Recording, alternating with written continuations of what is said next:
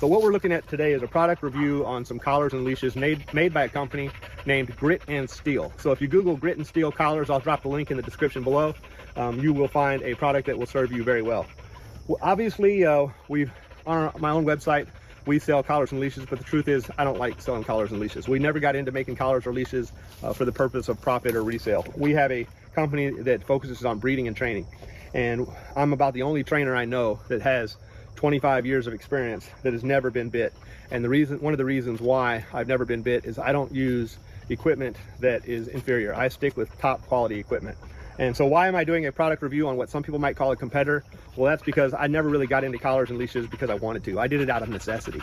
And so when I was going to outsource a product that we were going to use and purchase for our use, I wanted to make sure that that quality didn't suffer. And one of the companies that seems to make a very high quality product is Grit and Steel. Now, they sent me this hat, for full disclosure, that was a gift.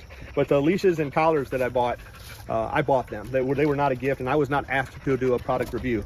But the company, or the man that makes these, his name, don't you eat that, buddy, is Brandon Phillips. He has decades of experience with the American Pit Bull Terrier. He's also good friends with Richard Stratton.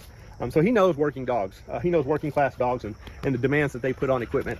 And so his level of standard was very high when it came to manufacturing them. Now, I'm not 100% sure of what this product is. It's kind of got a leather / rubbery like feel. I don't know if it's biothane or something else.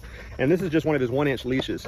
I purchased this because I do like to keep a leash outside next to the kennels for quick access if I need one. However, if I'm going to keep a leash outside in the weather, I wanted stainless steel hardware, and I wanted it to be something that's not going to deteriorate from the sun and the weather and things like that. And so that's why I purchased one of his leashes. But we also purchased a dozen of his collars. I purchased 6 of the 2-inch and 6 of the 1.5-inch. And normally if I was going to look at a product, I might only buy one to see if it's worth buying more. But I just had trust in Brandon Phillips' experience that he would know what a quality product would be.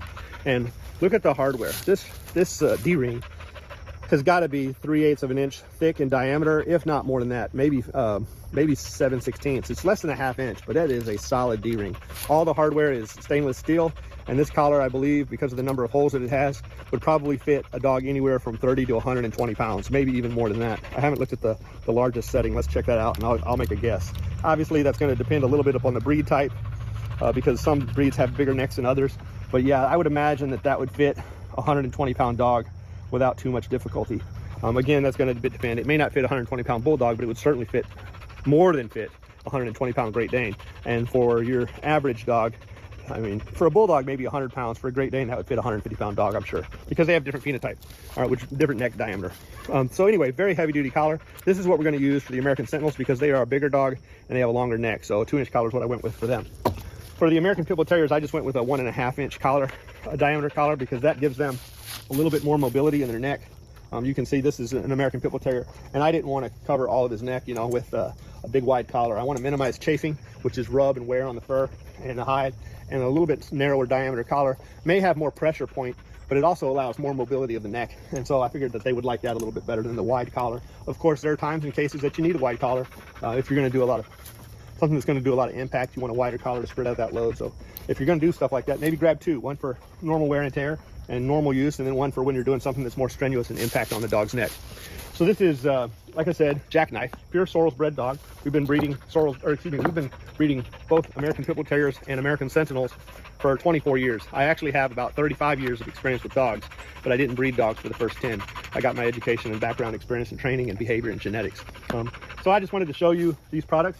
Thumbs up, 2 thumbs up from American Sentinel Canine. And Brandon, thank you for the hat. I appreciate that. You didn't have to do that, but we certainly appreciate your service. When I placed my order, it was processed in a day and here on my porch a couple days later, maybe 3 days later. So y'all take care and have a blessed day.